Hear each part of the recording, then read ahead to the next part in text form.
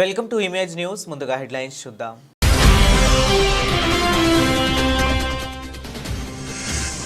పారిశుద్ధ్య పనుల నిమిత్తం ప్రభుత్వం కేటాయించిన నూతన ట్రాక్టర్ ట్రక్కును ప్రారంభించిన సుంకరపాలెం సర్పంచ్, తాళ్లరేవు మండల సర్పంచ్ల సమైక్య అధ్యక్షులు పిల్లపూడి నాగేశ్వరరావు.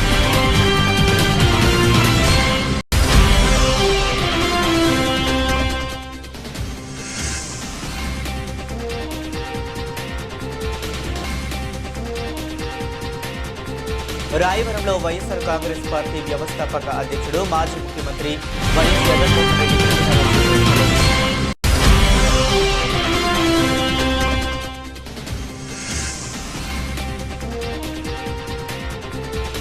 డాక్టర్ వైఎస్ఆర్ స్మృతి మందిరం ప్రారంభోత్సవం, ఆత్మీయులు రాజన్న స్మృతిలో పుస్తకావిష్కరణ.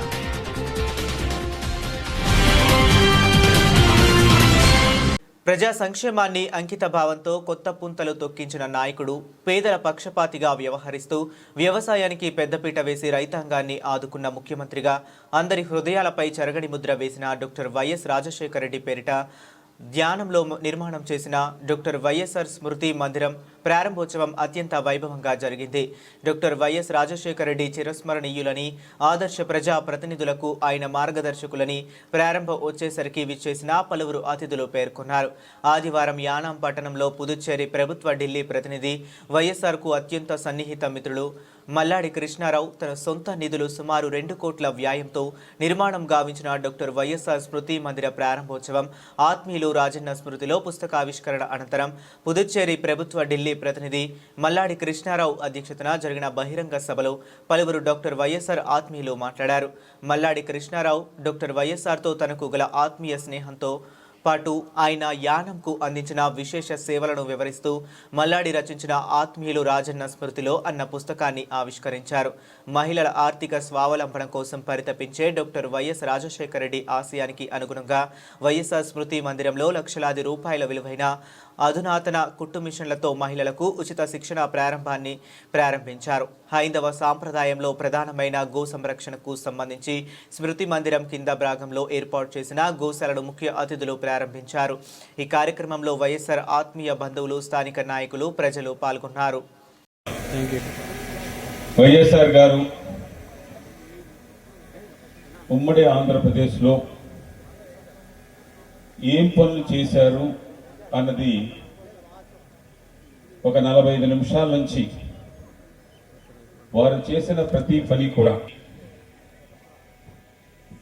దాన్ని పాట రూపంలోనూ, అలాగే షిట్ రూపంలోనూ, అలాగే ఒక చిన్న షార్ట్ ఫిలిం టైప్లో కూడా ఇక్కడ ప్రదర్శన మనం అందరూ కూడా చూసిన తర్వాత ఇంకా దాని గురించి మనం మాట్లాడుకోవడం అన్నది నేను మాట్లాడకూడదు.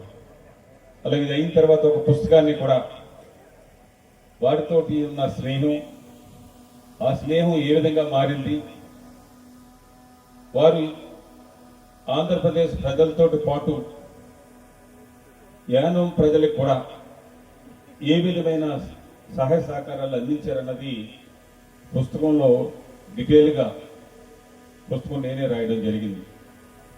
నేను చెప్తుంటే రాసేవారు గిరి భాస్కర్ రెడ్డి, అలాగే దేవధనరాజు గారు, అలాగే కొండలరావు. ఆ పుస్తకం ఉంది.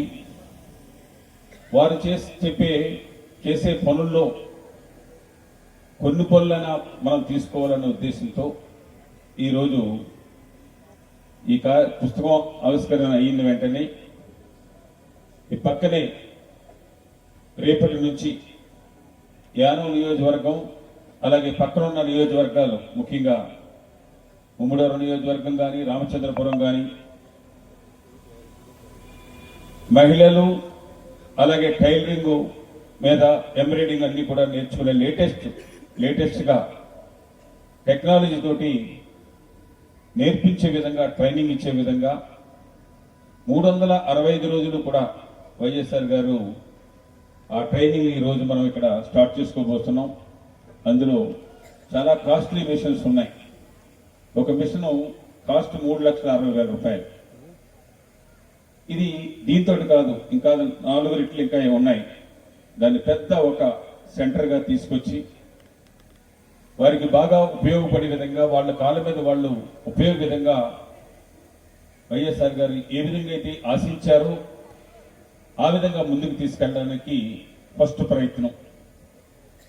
దీని తర్వాత ఒకేదో మనం ఒక టెంపుల్గా భావించి దేవుని తర్వాత అతను దేవుడు, ప్రజలకు చేసిన దేవుడు, ఇవాళ మనం మనిషి లేకపోయినా కానీ 16 సంవత్సరాలు పైబడినా ఇప్పటికీ ఒక తెలుగు వాళ్ళే కాకుండా ఇతర రాష్ట్రాల్లో కూడా వైఎస్ఆర్ అని చెప్తే వారు ముఖ్యమంత్రిగా చేసినప్పుడు వారి సేవల్ని గుర్తు చేసుకుంటూ ఉంటారు. అటువంటిది మేమందరం కూడా వయసు మీద పడింది, దగ్గరగా 62 సంవత్సరాల వయసు. ఇంకా కొన్నాళ్ళు ఈ ప్రజా జీవితంలో వారి స్ఫూర్తితో కొన్నాళ్ళు పనిచేయగలుగుతాం. రాబోయే తరాలకు కూడా వారి ఆశయాన్ని ముందుకు తీసుకెళ్లాలనంటే మనం అందరూ కూడా నడుము కట్టి వారు ఏ విధంగా అయితే ఆశించారో ఆ విధమైన కార్యక్రమాలు కొన్నైనా మనం తీసుకుని ముందుకు వెళ్లాలన్న ఉద్దేశంతో ఈరోజు మనం వైఎస్ఆర్ స్మృతి మందిరాన్ని ఓపెన్ చేసుకోవడం, అలాగే ఈరోజు ఈ ఎంబ్రాయిడింగ్ అంతా కూడా లేటెస్ట్ టెక్నాలజీతో ఈ ట్రైనింగ్ కార్యక్రమాన్ని, దీని తర్వాత నేను వైఎస్ఆర్ ఫౌండేషన్ అని చెప్పేసి తీసుకొచ్చి నా త్వరలోనే నా మిత్రులు వారందరి సహాయంతో ఆ ఫౌండేషన్ నుంచి కార్యక్రమాన్ని అనేకమైన కార్యక్రమాలు 365 రోజుల్లో వారి పుట్టినరోజులు లేదంటే మనం దుఃఖంతో వారు చనిపోయిన రోజునే కాకుండా వారు ఏమైతే ఆశించారో, రైతుల గురించి ఏమైతే ఆశించారో రైతు నాడు ఒకరోజు కార్యక్రమాన్ని చేయడం, డాక్టర్గా ఏమైతే ఆశించారో డాక్టర్గా ఒకరోజు కార్యక్రమం చేయడం, అలాగే పేదవాళ్ళకి ముఖ్యంగా మహిళలకి ఏ విధంగా వారిని పైకి తీసుకురావాలనుకున్నారో వాళ్ళ గురించి ప్రతి నెలలో 2-3 కార్యక్రమాలు చేసే విధంగా నేను ఆ స్మృతి మందిరంలో అక్కడి నుంచి మొదలు పెడుతూ ఉంటాను. దాన్ని పెద్దదయ్యేప్పటికీ దాన్ని మళ్ళా స్థలం అక్కడ సరిపోదు కాబట్టి ఓల్డేజ్ హోమ్ లో ఆ కార్యక్రమాలన్నీ కూడా కార్యరూపం తీసుకొస్తాం. రూపకాలు ప్రదర్శించారు.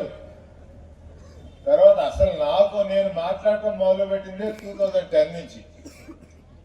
2010కు ముందు నాకు స్టేజ్ ఏర్పాటు చేయడానికి, మైక్లు ఏర్పాటు చేయడానికి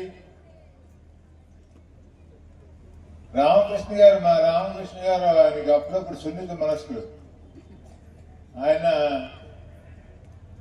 నాకు చాలా మందికి ఎప్పటికి కూడా కొంతమందికి ఆశ్చర్యం, నేను కొంతమందిని ఒక టీంగా ఎట్లా తీసుకెళ్ళగలిగానని. మా రోజులో ఒక ప్రత్యేకత, మా రామకృష్ణ గారు 3-5 రోజులు 4-5 రోజులు ఫోన్ ఎత్తేవాడు కాదు.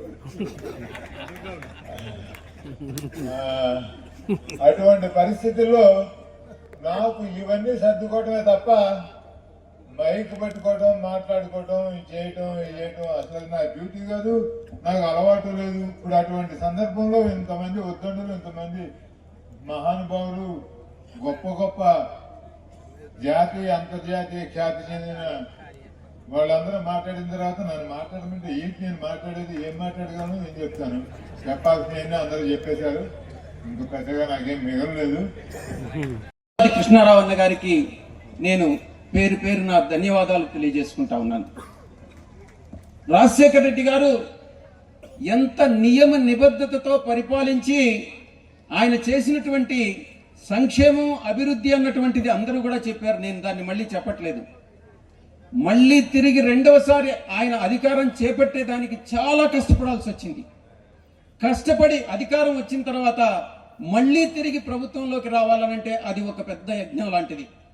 ఆ యజ్ఞంలో కూడా జయించారంటే అది ఆయన విశ్వసనీయత, ఆయన యొక్క డిసిప్లిన్. ఒకటే ఒక ఉదాహరణ చెప్పి ముగిస్తా. ఒకరోజు ఆయన ప్రతిపక్ష నాయకుడిగా ఉండగా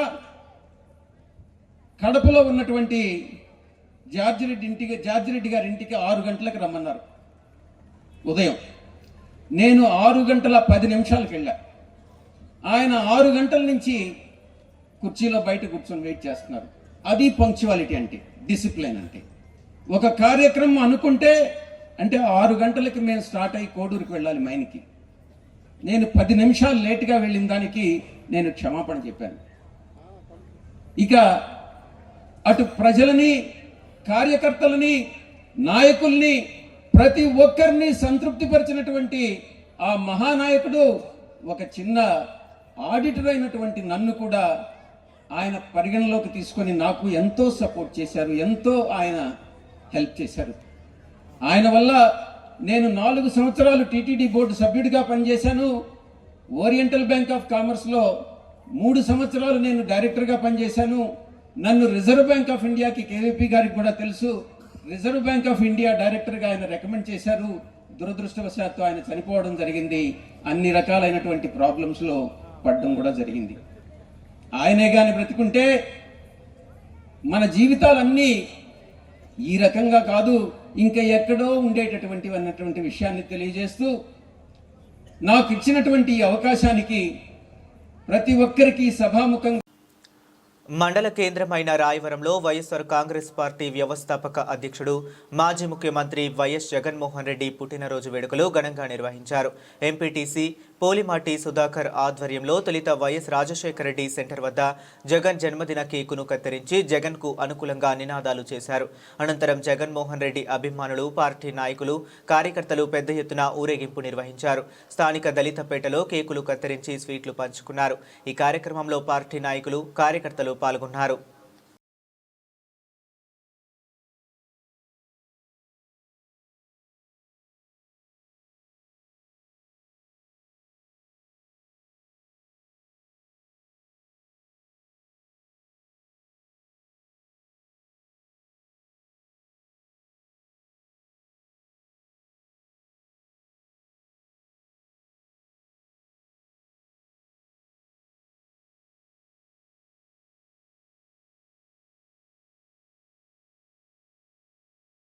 తాళ్లరేవు మండల పరిధిలోని సుంకరపాలెం పంచాయతీలో పారిశుద్ధ్య పనుల నిమిత్తం ప్రభుత్వం కేటాయించిన నూతన ట్రాక్టర్ ట్రక్కును సుంకరపాలెం సర్పంచ్, తాళ్లరేవు మండల సర్పంచ్ల సమైక్య అధ్యక్షులు టిల్లపూడి నాగేశ్వరరావు ప్రారంభించారు. ఈ సందర్భంగా సర్పంచ్ నాగేశ్వరరావు మాట్లాడుతూ గ్రామంలో ఉన్నటువంటి చెత్తను ట్రాక్టర్ ద్వారా తరలించడం జరుగుతుందని, గ్రామ ప్రజలు తడి చెత్త, పొడి చెత్త వేరు చేసి ట్రాక్టర్ మీ వీధికి వచ్చినప్పుడు ట్రాక్టర్లో వేయవలసిందిగా కోరారు. ట్రాక్టర్ ట్రక్ రావటానికి కృషి చేసిన ఎమ్మెల్యే దాట్ల బుచ్చిరాజుకి సర్పంచ్ కృతజ్ఞతలు తెలిపారు. ఈ కార్యక్రమంలో 10వ క్లస్టర్ మేపూరి వెంకటేశ్వరరావు మాట్లాడుతూ గ్రామ అభివృద్ధికి కృషి చేస్తున్న ఎమ్మెల్యే దాట్ల బుచ్చిరాజు గారి సహకారంతో ట్రాక్టర్ రావడం జరిగిందని, దీనిని ప్రజలు సద్వినియోగం చేసుకోవాలని కోరారు. ఈ కార్యక్రమంలో ఎంపీటీసీ గుత్తుల శ్రీను, సెక్రటరీ హోలీబాబా, కూటమి నాయకులు నాగబత్తుల బాలకృష్ణ, చీకట్ల నాగేశ్వరరావు, మర్రి అశోక్, దుర్గా సాయిరాం, వంగ వీరబాబు, సిక్కం హనుమంతరావు, తాతపూడి నాగేశ్వరరావు, కోరుకొండ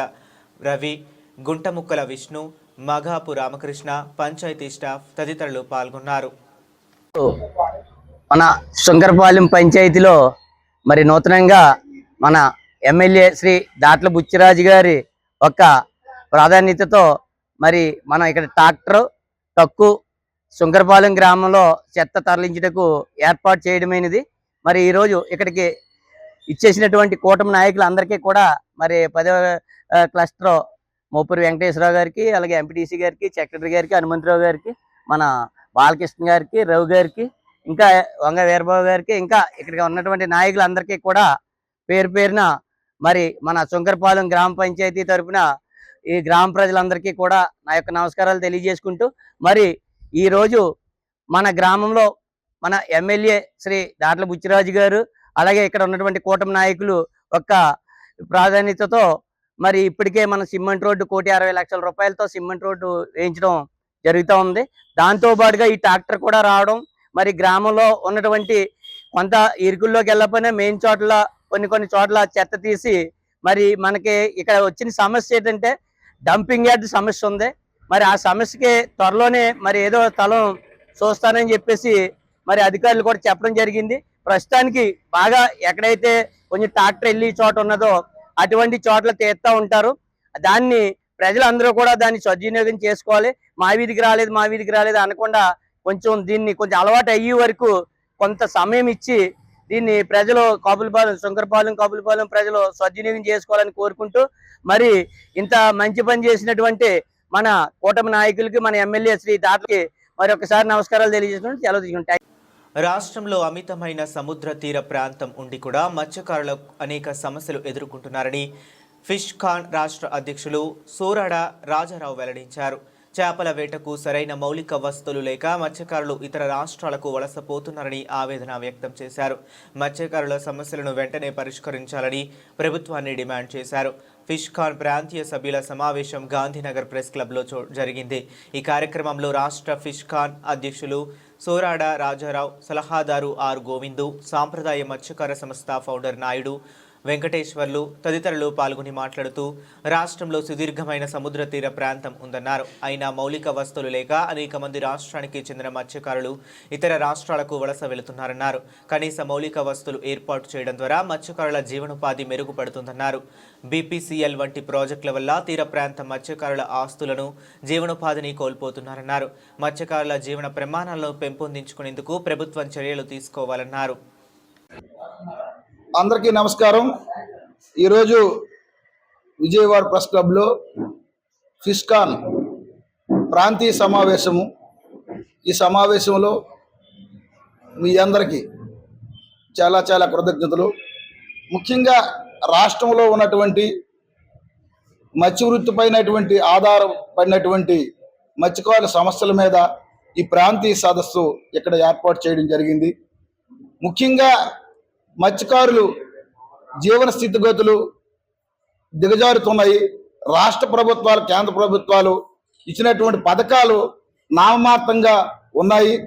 రాష్ట్రంలో చాలా తీర ప్రాంతం ఉన్నప్పటికి కూడా ప్రభుత్వం ఇచ్చినటువంటి పథకాలు గ్రాస్ రూట్ లెవెల్లో ఏవైతే సాంప్రదాయ మత్స్యకారులు ఆ వృత్తిపైన, మత్స్య వృత్తిపైన ఆధారపడినటువంటి వాళ్ళకి ఇది అందడం లేదు. ముఖ్యంగా పెద్ద కార్పొరేట్ సంస్థలకి ఈ పథకాలన్నీ పోతున్నాయి. రాష్ట్రంలో ఉన్నటువంటి మత్స్యకారులు ఎక్కడ ప్రతి ఒక్క రోజు తప్పించి ఒక రోజు ప్రమాదాలు జరుగుతున్నాయి. రాష్ట్రంలో ఉన్నటువంటి ఎక్కడ ఫిషింగ్ హార్బర్లు లేవు. రాష్ట్రంలో పోర్టులు, కేంద్రంలో ఉన్నటువంటి పథకాలన్నీ, పవర్ ప్లాంట్లు, రకరకాల ఇండస్ట్రియల్ కారిడీలు తెచ్చి మత్స్యకారులకు జీవన వృత్తి లేకుండా చేస్తున్నారు. ఈరోజు కోర్టులకు ఉన్నటువంటి ప్రాధాన్యత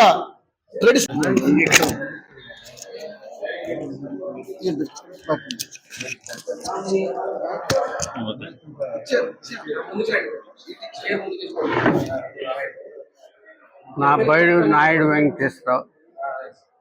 ఈరోజు కృష్ణాను ఈ మీటింగు ఏంటంటే, ఈ స్టేట్లో ఉన్నటువంటి మన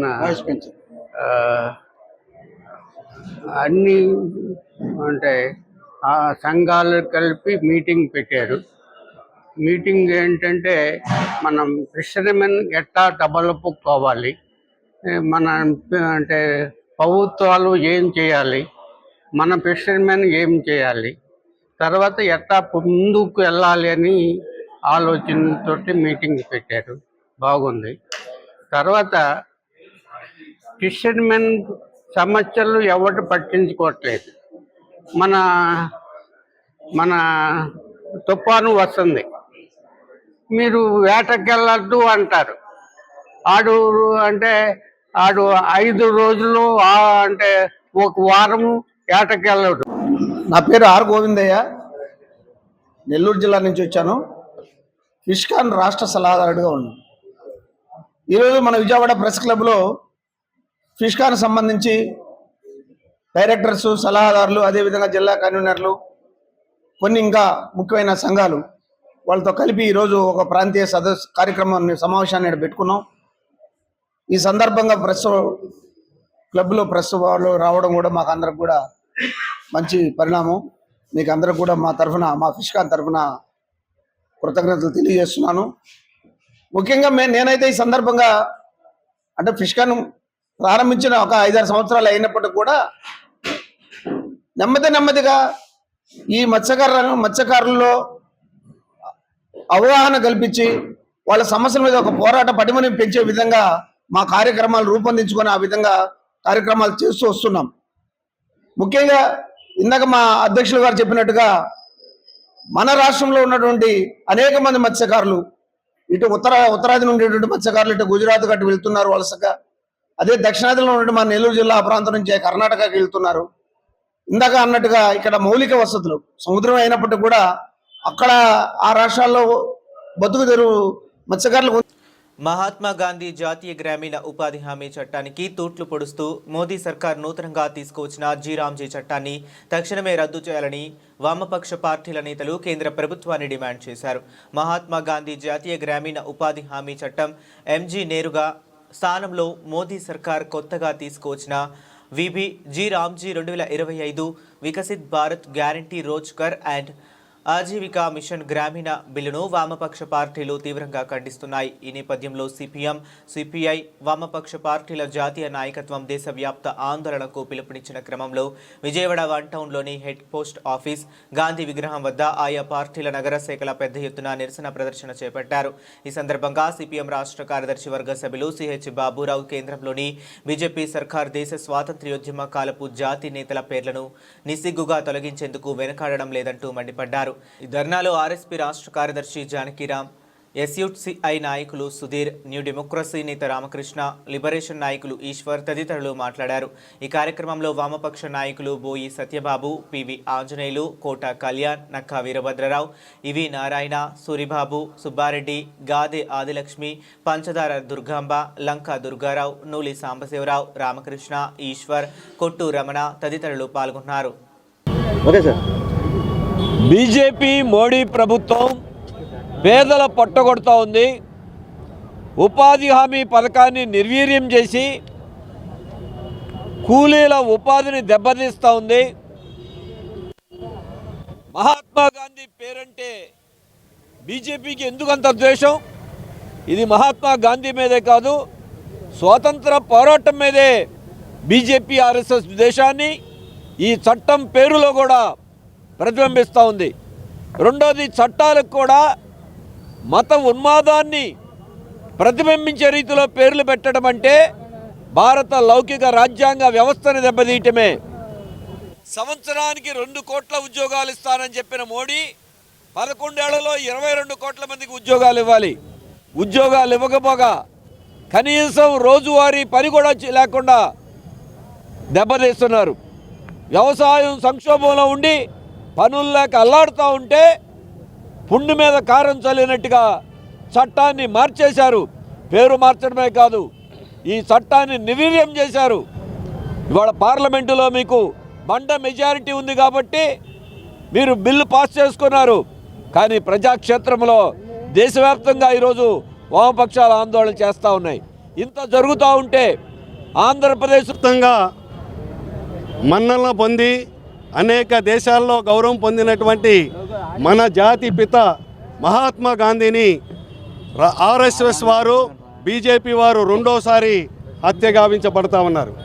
ఒకసారి భౌతికంగా గాడ్సే చంపితే, రెండోసారి జాతీయ పథకమైనటువంటి మహాత్మా గాంధీ గ్రామీణ పథకాన్ని తూట్లు పొడిచేటటువంటి పద్ధతిలో జీరామ్జీ పేరుతోటి బిల్లు తీసుకొచ్చి మహాత్మా గాంధీ పేరు లేకుండా చేయాలనేటటువంటి కుట్రతోటి బీజేపీ వారు, ఆర్ఎస్ఎస్ వారు చేస్తున్నటువంటి కుట్రని ప్రజానీకం అందరూ కూడా గ్రహించాలని చెప్పి వామపక్షాలుగా ఈ రోజున దేశవ్యాప్త ఆందోళన కార్యక్రమాన్ని చేపట్టడం జరుగుతూ ఉన్నది. అదే కాదు, ఈ రోజున అనేక పథకాల్ని మరి జాతి నాయకుల పేరుతో ఉన్నటువంటి వాటిని మతాల పేరుతోటి, మత నాయకుల పేరుతోటి మార్పిడి చేసేటటువంటి విధానం సరైనటువంటిది కాదు.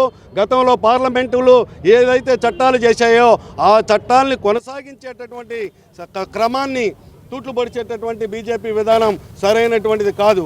అంతేకాకుండా ఈ రోజున ఇస్తామన్నటువంటి ఉద్యోగాలు ఇవ్వకపోగా ఉన్న ఉద్యోగాలను కూడా నిరుద్యోగ ఒకనాడు ఆర్ఎస్ఎస్ దుర్మార్గుడు, దుండగుడు అయినటువంటి నాథురామ్ వినాయక్ గాడ్సే మహాత్మా గాంధీని తుపాకీ కాల్పులకి ఎరజేసి పొట్టన పెట్టుకున్నటువంటి చూసాం. ఈరోజు రెండోసారి మళ్ళీ మహాత్మా గాంధీని మోడీ నాయకత్వాన, అమిత్ షా నాయకత్వాన రెండోసారి కూడా చంపేశారు మహాత్మా గాంధీని. అంటే ఆయన పేరు జనంలో బతికొండటానికి వీల్లేదు. ఆయన పేరు జనం మర్చిపోవాలా, ఆయన పేరు ఏ రకమైనటువంటి పద్ధతుల్లోనూ ముందుకు రావడానికి వీల్లేదని చెప్పారని జాతి పిత అయినటువంటి స్వాతంత్ర సమరానికి నాయకత్వం వహించినటువంటి మహాత్మా గాంధీ పేరుని లేకుండా చేయటానికి రెండోసారి చంపేయటం అని చెప్పనేది దుర్మార్గమైనటువంటి విషయం.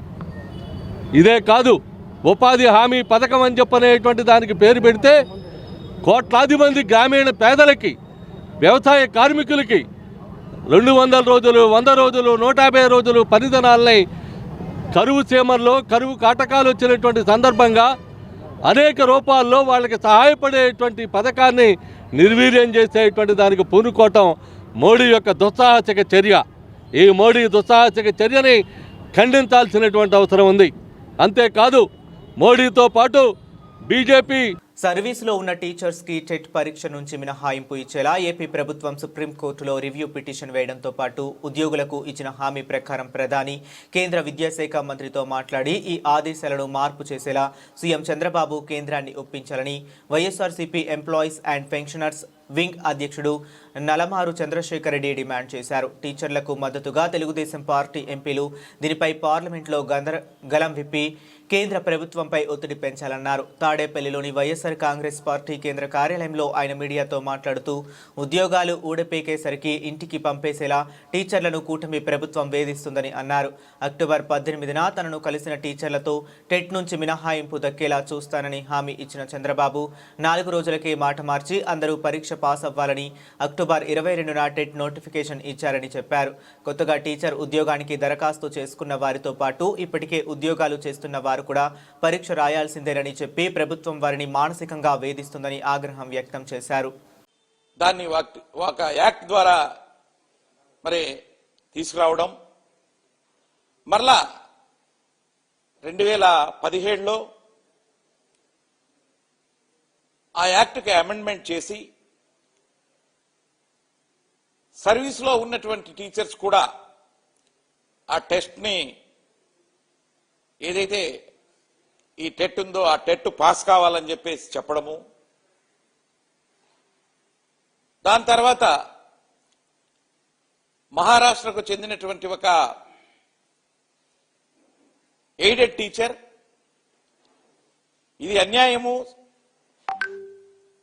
మేము దాదాపు 20 సంవత్సరాల పైగా సర్వీస్ చేసిన తర్వాత ఇప్పుడు మాకు కూడా టెట్ అనేది తీసుకొచ్చి పాస్ కమ్మనడం ఈ వయసులో పద్ధతి కాదు అని చెప్పేసి సుప్రీంకోర్టును ఆశ్రయించిన ధర్మిల మరి ఈ సంవత్సరం సెప్టెంబర్ 1వ తారీఖున సుప్రీంకోర్టు కూడా కేంద్ర ప్రభుత్వం ఏదైతే చెప్పిందో అదేవిధంగా సర్వీస్లో ఉండే వాళ్ళు కూడా టెస్ట్ పాస్ కావాలి అని చేసి చెప్పిన దాన్ని సుప్రీంకోర్టు కూడా మరి సమర్థించినండి. దాని తర్వాత సర్వీస్లో ఉన్నటువంటి టీచర్స్ అంతా కూడా. బులెటిన్ ముగించే ముందు మరొకసారి హెడ్లైన్స్ చూద్దాం.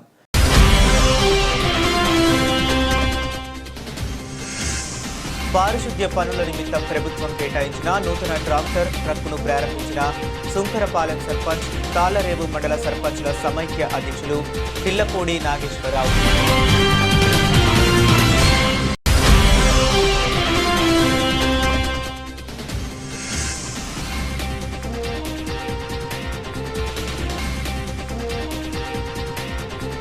రాయవరంలో వైఎస్ఆర్ కాంగ్రెస్ పార్టీ వ్యవస్థాపక అధ్యక్షుడు మాజీ ముఖ్యమంత్రి వైఎస్ జగన్మోహన్ రెడ్డి.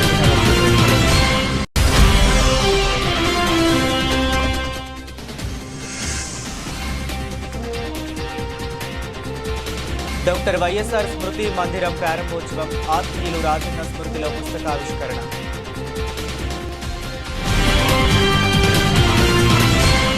ఇవి ఇప్పటి వరకు ఉన్న అప్డేట్స్. మరిన్ని అప్డేట్స్ కోసం కీప్ వాచింగ్.